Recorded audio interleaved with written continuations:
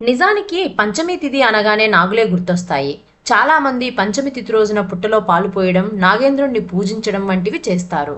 కానీ ఈ శ్రావణ మాసంలో వచ్చే ఈ పంచమి తిథిని మాత్రం గరుడ పంచమి అని కూడా అంటారు. నాగులు, గరుడు అంటే గ్రద్ద రెండు పరమవైరి గల జంతువులు. ఇంతకీ దీన్ని నాగుల పంచమి అని పిలవాలా లేక గరుడ పంచమి అనాలా? ఎందుకిలా రెండు రకాలుగా పిలుస్తున్నాం? దీనికున్న ప్రాశస్త్యం తదితరాల గురించి ఈ కథనంలో తెలుసుకుందాం. ఎందుకు ఇలా రెండు రకాలుగా పిలుస్తున్నారు అంటే, కశ్యప ప్రజాపతికి వినత, కద్రువ అనే ఇద్దరు భార్యలు ఉండేవారు. వినతికి గరుత్మంతుడు జన్మించగా కద్రువ కడుపున సర్పజాతి జన్మించింది. అందువల్ల సర్పజాతి జన్మించిన శ్రావణ శుద్ధ పంచమి నాగపంచమిగా పిలువబడుతుంది. ఇక ఇదే రోజున వినతికి గరుత్మంతుడు జన్మించాడు కనుక శ్రావణ శుద్ధ పంచమిని గరుడ పంచమి అని కూడా వ్యవహరిస్తారు. అదీ కాక ఆయన తల్లి వినత దాస్య విముక్తి కోసం గరుడు కనపరిచిన ధైర్య సాహసాల రీత్యా ఈ పర్వదినానికి ఆయనకి కూడా ప్రాముఖ్యత ఏర్పడింది. కావున శ్రావణ మాసంలో వచ్చే శుద్ధ పంచమిని నాగపంచమిగాను అలాగే గరుడ పంచమిగాను వ్యవహరిస్తున్నాము. కేవలం శ్రావణ మాసంలో వచ్చే పంచమికి మాత్రమే నాగేంద్రుడితో పాటు గరుత్మంతునికి అత్యంత ప్రాముఖ్యతనిస్తున్నాము. అసలు ఈ గరుడ పంచమి ఎందుకింత మహిమాన్వితమైనది అంటే, శ్రావణ మాసంలో ఆచరించే ముఖ్యమైన పండుగల్లో గరుడ పంచమి ఒకటి. గరుత్మంతుడు సూర్యరథసారథి అయిన అనూరుడికి తమ్ముడు. మేరు పర్వతంలో సమానమైన శరీరం కలవాడు. సప్త సముద్రాల్లోని జలాన్నంతటినీ ఒక్క రెక్క విసురుతో ఎగరగొట్టగల రెక్క బలం గలవాడు గరుత్మంతుడు. అందువల్లనే అతడికి సువర్ణుడు అనే పేరు కూడా ఉన్నది. గరుడ పంచమికి సంబంధించి భవిష్యత్ పురాణంలో ప్రస్తావన ఉంది. సముద్ర మదనంలో ఉచ్చైశ్రవం అనే గుర్రం ఉద్భవించింది. అది శ్వేతవర్ణం కలది. కశ్యపుడు వినతల కుమారుడు గరుడు. ఒకరోజు వినత ఆమె తోడుకోడలు కద్రువ విహార సమయంలో ఒక తెల్లటి గుర్రాన్ని చూశారు. అదే ఉచ్చైశ్రవం.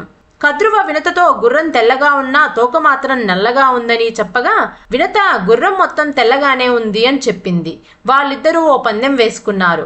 గుర్రపు తోక నల్లగా ఉంటే వినత కద్రువకు దాస్యం చేయాలని, గుర్రం మొత్తం తెల్లగా ఉంటే వినతకు కద్రువ దాస్యం చేయాలని పందెం.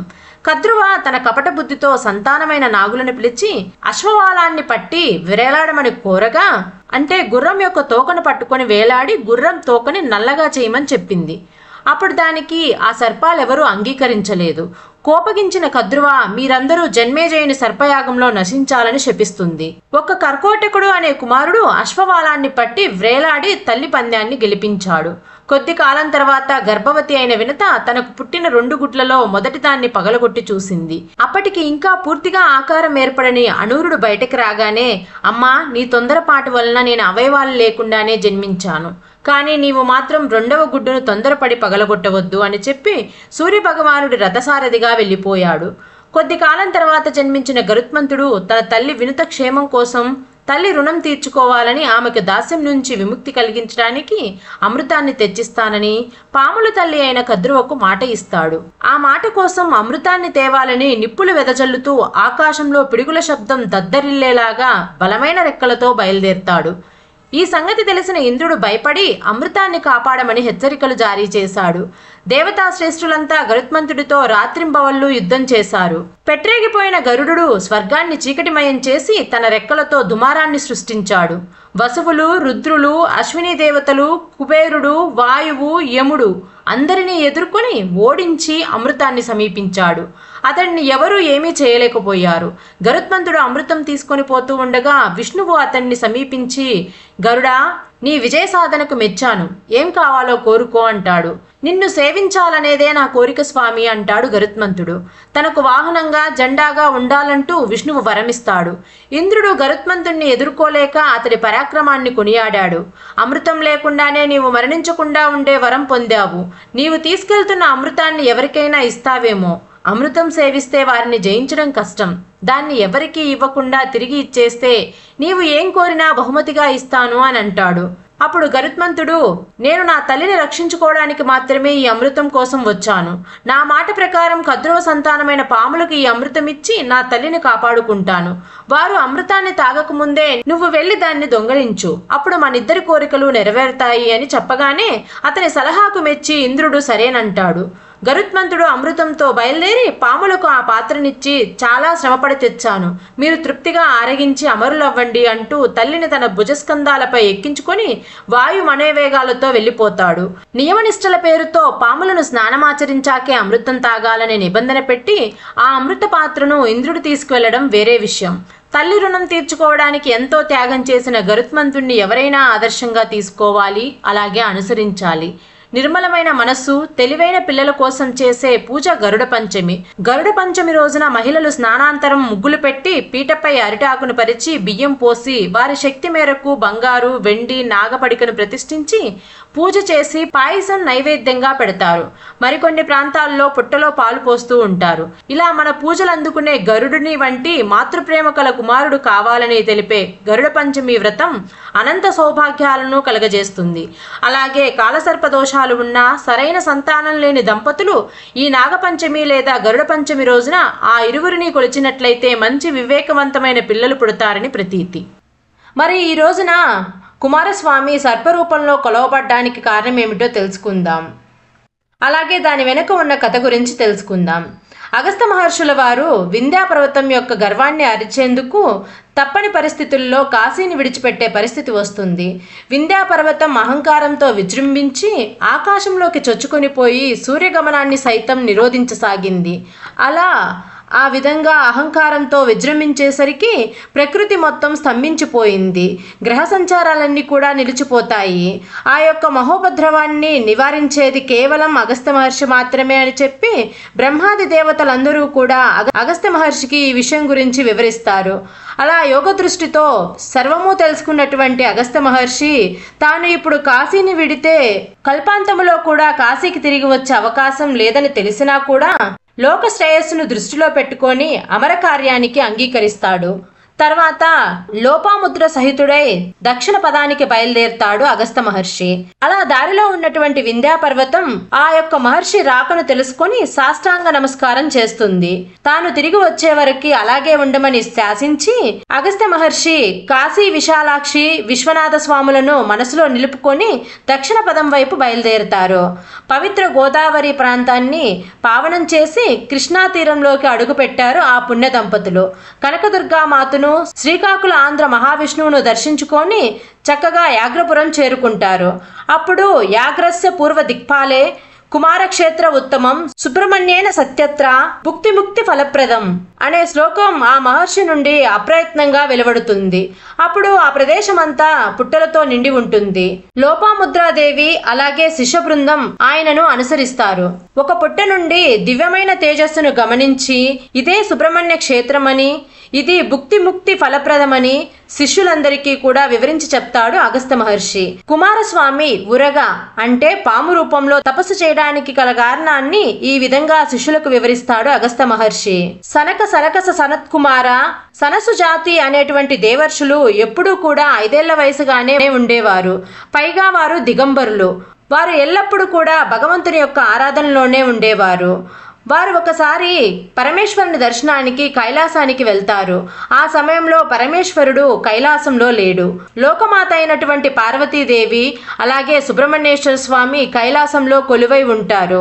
అదే సమయంలో శచి, స్వాహ మొదలైన దేవతా స్త్రీలందరూ లక్ష్మీ సరస్వతులు పార్వతీదేవి దర్శనానికి విచ్చేస్తారు. ఇటు జడదారులు రంగురంగుల వస్త్రాలతో ఆభరణాలతో సుందరీమరులను చూసి శివకుమారుడైనటువంటి ఆ సుబ్రహ్మణ్యుడు నవ్వును ఆపుకోలేకపోతాడు.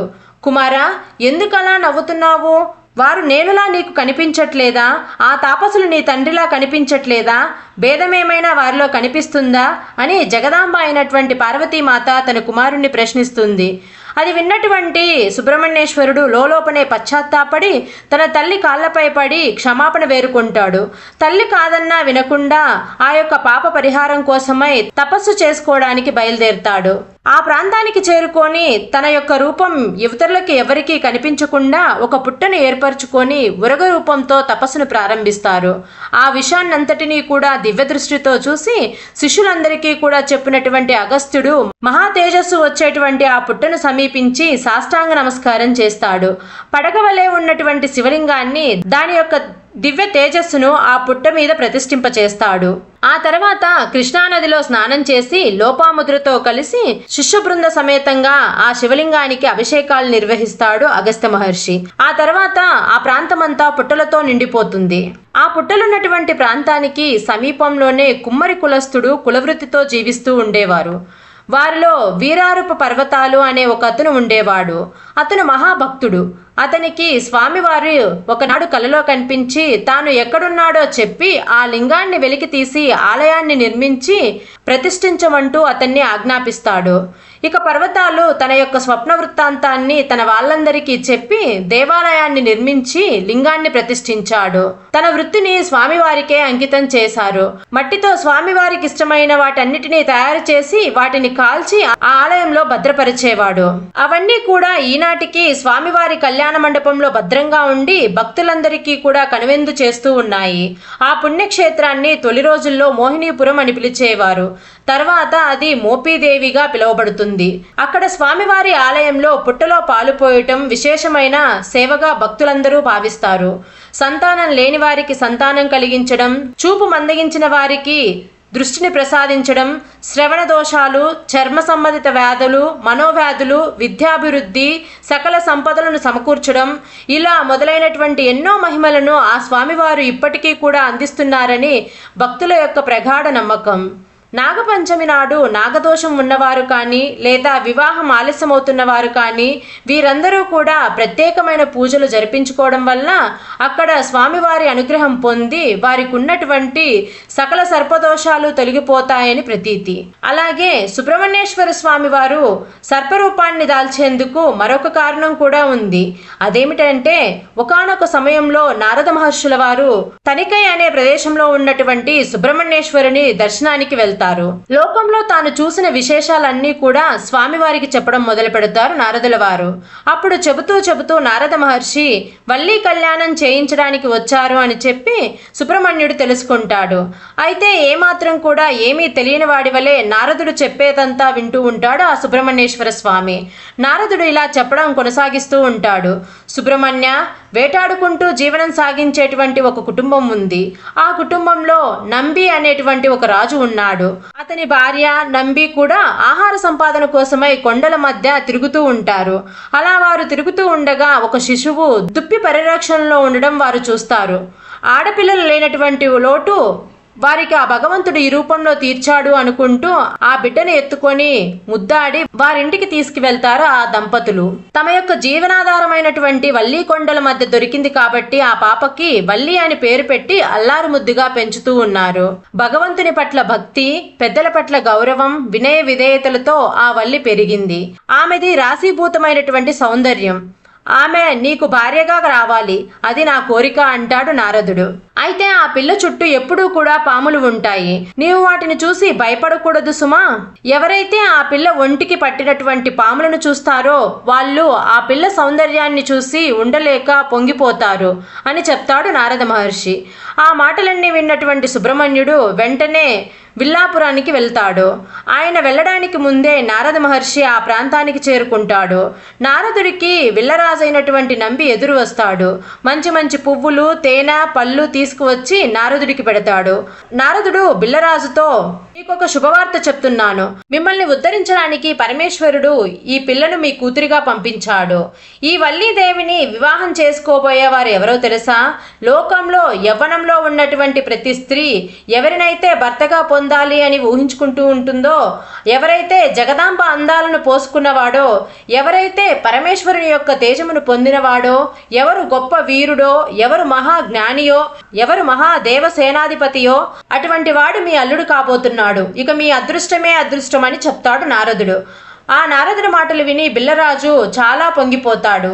అప్పటికే కుమారస్వామి వనంలోకి ప్రవేశించి వల్లీదేవ వంక చూసి, బహుశా బ్రహ్మదేవుడు తన సృష్టిలోని శక్తినంతటినీ, సౌందర్యాన్ని అంతటినీ కూడా ఒక చోట పోకుగా చేసి అదంతా రాశీభూతం చేసి ప్రాణప్రతిష్ఠం చేస్తే ఆమెనే ఈ వల్లి అయి ఉంటుంది. ఎంత అందంగా ఉంది ఈ పిల్ల, ఈ పిల్లతో ఒక్కసారైనా మాట్లాడాలి అని అనుకుంటాడు సుబ్రహ్మణ్యేశ్వరుడు. అలా అనుకొని లతాంగి నన్ను చేపట్టవా అని అడుగుతాడు. ఆవిడ స్వామివారి వంక చూసి, ఇంట్లో పెద్దవారు ఉన్నారు, ఏమైనా అడగవలసి వస్తే మీరు మా తల్లిదండ్రులను అడగాలి. అయినా సుబ్రహ్మణ్యుడే నాకు భర్త అవుతాడని నారదుల వారు ఇప్పుడే చెప్పారు. అందువల్ల నా మనసు ఆయనకే అర్పింపబడుతుందని చెప్తుంది వల్లి. అప్పుడు కుమారస్వామి వారు వల్లిని చేరి తన యొక్క సుపరిచయం చేసుకుని వల్లీదేవిని వివాహం చేసుకోమని వేడుకుంటారు.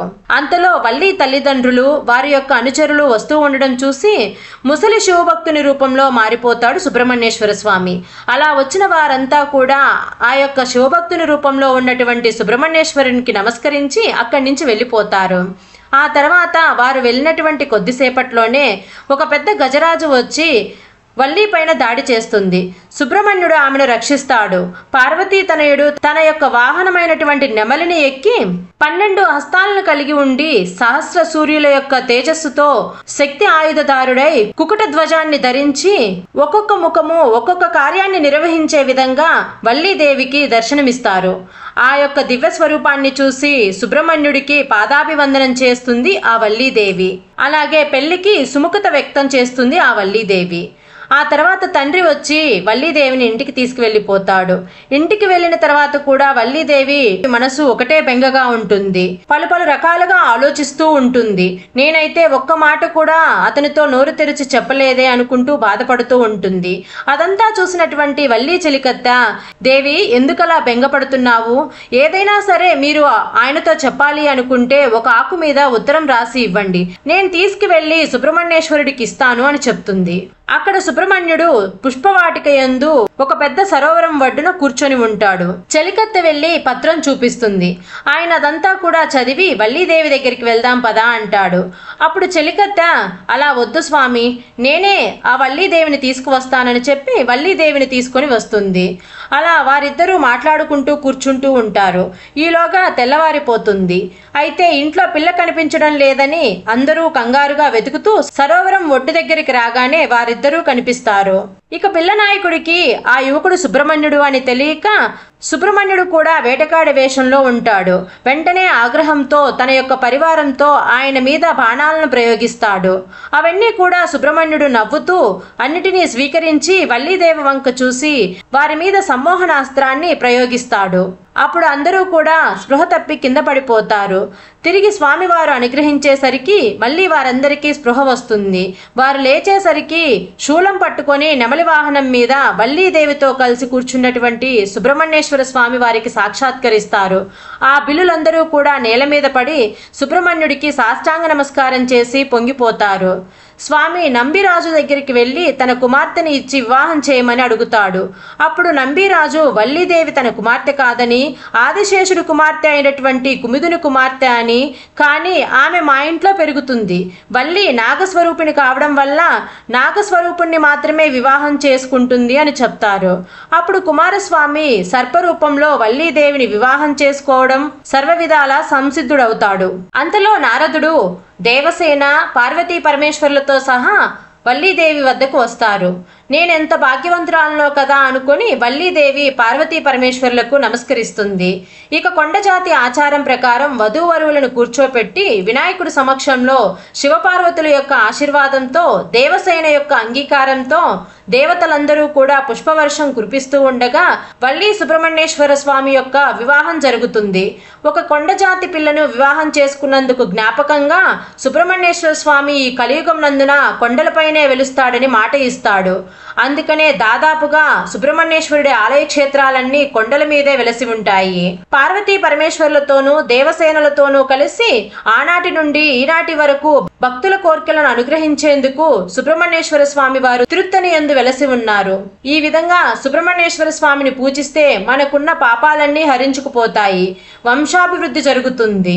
ఈ కథ సారాంశం ఏమిటి అంటే సుబ్రహ్మణ్యేశ్వరుడు పాము రూపంగా మారటానికి కారణం వల్లీదేవిని వివాహం చేసుకోవడానికే. పాము బ్రహ్మజ్ఞానానికి కుండలినికి ప్రతీక కాబట్టి నీవు బ్రహ్మణ్య దేవుడవు, సుబ్రహ్మణ్యుడివి, మంచి పరబ్రహ్మ స్వరూపుడివి అంటూ వల్లీదేవి యొక్క అసలు తండ్రి కుముదుడు స్వామివారికి బిరుదుగా ఇస్తారు. కాబట్టి కుమారస్వామికి సుబ్రహ్మణ్యేశ్వర స్వామి అని కూడా కొలుస్తారు. వల్లి అమ్మవారు కుండలిని శక్తికి ప్రతీక. ఆ శక్తి చలనానికి ఆగమనంలో పాకేటువంటి నాగశక్తికి ప్రతీక. ఇక మనందరిలోనూ కుండలిని శక్తి 3.5 అడుగుల చుట్టుకొని మూలాధార చక్రమునందు ఉంటుంది. అయితే ఆ కుండలిని శక్తి కదపడం అనేది కేవలం సమర్థుడైనటువంటి గురువు యొక్క పర్యవేక్షణలో తప్ప ఎవరూ కూడా సొంత ప్రయోగాలు చేయకూడదని వద్దని చెబుతూ ఉంటారు. ఈ విధంగా స్వామివారు సర్పరూపం దాల్చినటువంటి మరొక కథ గురించి తెలుసుకుందాం. శివశక్తుల యొక్క అనురాగ ఫలానికి జ్ఞాన పండిత అనే కీర్తిని పొందినవాడు గజముఖానుజుడు. దేవసేనాధిపతి వల్లీ నాయకుడైనటువంటి శ్రీ సుబ్రహ్మణ్యేశ్వర స్వామి యొక్క వైభవాన్ని ఎవరైతే ఈ నాగపంచమి నాడు లేదా గరుడ పంచమి నాడు తెలుసుకుంటారో స్వామివారి అనుగ్రహం వారికి తప్పకుండా ఉంటుంది. కుమారస్వామికి సుబ్రహ్మణ్య స్వామి అని పేరు రావడానికి గల కారణం ఏమిటో తెలుసుకుందాం. ఒకనాడు బ్రహ్మదేవుడు కైలాసానికి వస్తాడు. ఆ సమయంలో పరమేశ్వరుడు ధ్యాన స్థితిలో ఉంటాడు. అక్కడే ఉన్నటువంటి కుమారస్వామి బ్రహ్మదేవుణ్ణి చూసి మీరెవరు అని అడుగుతాడు. అప్పుడు బ్రహ్మదేవుడు అహం బ్రహ్మస్మి అని అంటాడు. వెంటనే కుమారస్వామి నవ్వుతూ ఏమి బ్రహ్మ నిర్గుణమో, రూపం లేదు కానీ నీవు రూపంతో ఉన్నావు. బ్రహ్మ అక్షరుడు కానీ నీ రూపం నశించును. బ్రహ్మ నిశ్చలం కానీ నీవు చెలిచుచూ ఉన్నావు. నీవు ఆ శబ్దానికి తగవని నాకు అనిపిస్తుంది అని అంటాడు. బ్రహ్మదేవుడు ఏమీ అనేందుకు శక్తి చాలక మౌనంగా ఉండిపోతాడు. ఆ స్థితిలో శంకరుడు బాహ్యదృష్టుడై సుబ్రహ్మణ్యం అని పిలుస్తాడు. బ్రహ్మదేవుడు తలలు వాలుస్తాడు. కుమారస్వామి తండ్రికి సాష్టాంగ నమస్కారం చేస్తాడు. శూలి సుబ్రహ్మణ్య పదం నీకు జగత్పాపి అగుగాక అని దీవిస్తాడు ఆ పరమేశ్వరుడు. ఆ యొక్క పరమేశ్వరుని యొక్క దీవెన వల్ల సుబ్రహ్మణ్యం అనే పేరు వచ్చిందని అగస్త్య మహర్షుల వారు తన శిష్యుడైనటువంటి మాండవ్య మునికి చెప్తారు. ఇటువంటి నాగపంచమి రోజున సుబ్రహ్మణ్యేశ్వరుడి లీలల గురించి తెలుసుకుందాము. పూర్వకాలంలో ప్రసిద్ధ పుణ్యక్షేత్రమైనటువంటి పళనికి కొద్ది దూరంలో వల్లీపురం అనే గ్రామం ఉంది. ఆ గ్రామంలో నటరాజన్ అనే ఒక వ్యక్తి ఉండేవాడు. అతడు బట్టలు నేయడంలో ఎంతో ప్రావీణ్యం సంపాదించాడు.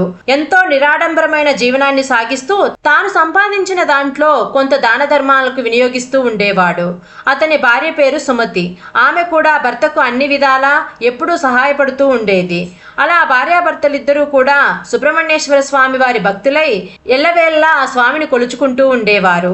నటరాజన్ దంపతులకు అన్నీ ఉన్నప్పటికీ సంతానం లేకపోవడం వారిని ఎప్పుడూ కూడా బాధ పెడుతూ ఉండేది.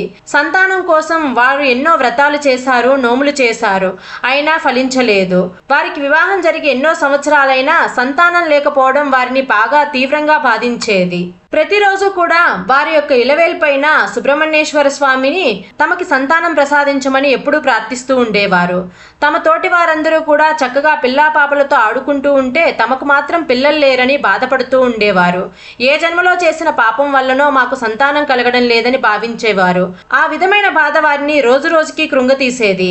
అయితే ఎప్పుడూ కూడా ఆ దంపతులు మాత్రం సుబ్రహ్మణ్యేశ్వర స్వామిని కొలవడం మాత్రం మానలేదు. ప్రతినిత్యము కూడా యథావిధిగా ఆ స్వామిని కొలుచుకుంటూ ఉండేవారు.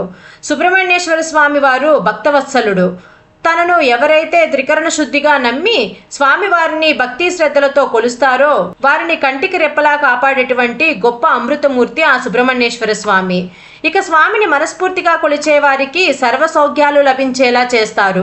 ఎటువంటి రుణబాధలు ఉండవు. చక్కని సంతానం కలిగేలా స్వామివారు అనుగ్రహిస్తారు. అలాగే అకాల మృత్యు భయం కూడా ఉండదు. అలా రోజులు గడుస్తూ ఉండగా ఒకనాడు ఆ ఊరికి ఒక సాధువు వస్తాడు. ఆ సాధువు ఎంతో మహిమ గలవాడని చెప్పి ఆ ఊర్లో వారంతా చెప్పుకుంటారు. నటరాజన్ దంపతులు ఆ సాధువుకు నమస్కరించి వారికి ఉన్నటువంటి బాధంతా చెప్పుకుంటారు. అప్పుడు ఆ సాధువు వారితో ఇలా అంటారు, మీరు పూర్వజన్మలో చేసినటువంటి ఒక మహాపాపం వలన మీకు సంతానం కలగడం ఆలస్యమైంది. కాబట్టి మీరు పళని పుణ్యక్షేత్రానికి చేరుకొని స్వామివారిని దర్శించండి. ఆ స్వామి యొక్క దివ్య దర్శనంతో మీకున్నటువంటి పూర్వజన్మ పాపమంతా కూడా నశించి త్వరలోనే మీకు పండంటి కుమారుడు కలుగుతాడు అని చెప్తాడు. నటరాజన్ దంపతులు ఇద్దరూ కూడా చక్కగా ఎడ్ల బండిలో పళనికి బయలుదేరుతారు. వారి ఊరి నుండి పళనికి 4-5 గంటల ప్రయాణం. ఆ రోజు రాత్రి అక్కడే ఉండి మరునాడు ఉదయం మంగళవారం ఆ స్వామిని దర్శించుకుందామని అనుకుంటారు. అంతలో ఒక కొండ ప్రాంతం వస్తుంది. ఆ కొండ పక్కగా బండి నెమ్మదిగా వెళ్తూ ఉంటే ఒక్కసారిగా 2 ఎడ్లు ఆగిపోతాయి. బండి ముందుకు సాగడం లేదు. బండి నడిపే వారికి ఎంత అదిరించినా ఆ ఎడ్లు ఎందుకు ముందుకు పోవడం లేదో అస్సలు అర్థం కావడం లేదు. ఇక నటరాజన్తో కలిసి ఇద్దరూ కూడా బండి దిగుతారు. ఎదురుగా కనిపించినటువంటి దృశ్యం చూసి వారు ఆశ్చర్యపోతారు.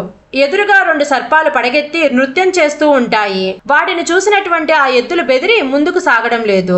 ఇక బండివాడు ఏదో చప్పుడు చేయబోతుంటే నటరాజన్ వద్దు అని వారిస్తాడు. ఆ సర్పాలకు నమస్కరించి తమకు దారివ్వమని వేడుకుంటాడు. కానీ అవి మాత్రం ఏమాత్రం కదలకుండా అక్కడే నృత్యమాడుతూ ఉంటాయి. అలా దాదాపు అరగంట సేపు గడుస్తుంది. అంతలో వారికి దారిలోనే కొంచెం ముందు పక్కన కొండపై నుంచి ఒక పెద్ద బండరాయి అత్యంత వేగంగా దొర్లుతూ రోడ్డు పైన పడుతుంది. పడి ముక్కలవుతుంది. ఆ ముక్కలన్నీ అటు ఇటు చెల్లా చెదురుగా పడతాయి. అది జరిగిన కాసేపటికే ఆ సర్పాలు రెండూ కూడా పక్కనే ఉన్న పొదల్లోకి జరజరా పాకుతూ పోతాయి. అప్పుడు నటరాజన్కి జరిగినదంతా అర్థమవుతుంది. సాక్షాత్తు ఆ సుబ్రహ్మణ్యేశ్వరుడే తమను రక్షించడానికి ఈ విధంగా వచ్చాడు. లేదంటే ముందుకు సాగుతూ ఉన్నటువంటి ఎడ్ల బండి ఒక్కసారిగా ఆగిపోవడం, ఆ పాములు రావడం, ఇదంతా కూడా ఆ బండరాయి తమ బండిపై పడకుండా ఉండేందుకే ఆ స్వామివారు ఈ విధంగా కరుణించారు. ఈ విధంగా రక్షించేందుకు, ముందుకు వెళ్లకుండా చేసేందుకు సర్పరూపంలో వచ్చారని చెప్పి వారికి అర్థమవుతుంది. తమను రక్షించినందుకు ఆ స్వామిని ఎన్నో విధాలుగా స్తుతిస్తారు. ఇక తమ ప్రయాణాన్ని తిరిగి ముందుకు సాగించి రాత్రికి పళని క్షేత్రానికి చేరుకుంటారు. ఉదయాన్నే ఆ క్షేత్రంలో కొలువైనటువంటి బాలసుబ్రహ్మణ్యేశ్వర స్వామిని దర్శిస్తారు. ఆ తర్వాత సాయంకాలం తిరిగి బయలుదేరి వారి గ్రామానికి చేరుకుంటారు. ఆ స్వామి యొక్క అనుగ్రహంతో కేవలం కొద్ది రోజుల్లోనే చక్కని పుత్రుడు జన్మిస్తాడు ఆ దంపతులకు. సుబ్రహ్మణ్యేశ్వర స్వామి యొక్క ప్రసాదం కాబట్టి అతనికి బాలసుబ్రహ్మణ్యం అని పేరు పెట్టుకుంటారు. పుత్రుడితో కలిసి నటరాజన్ దంపతులు ఆ స్వామిని సేవించుకుంటూ కలకాలం చక్కగా జీవనం సాగించారు.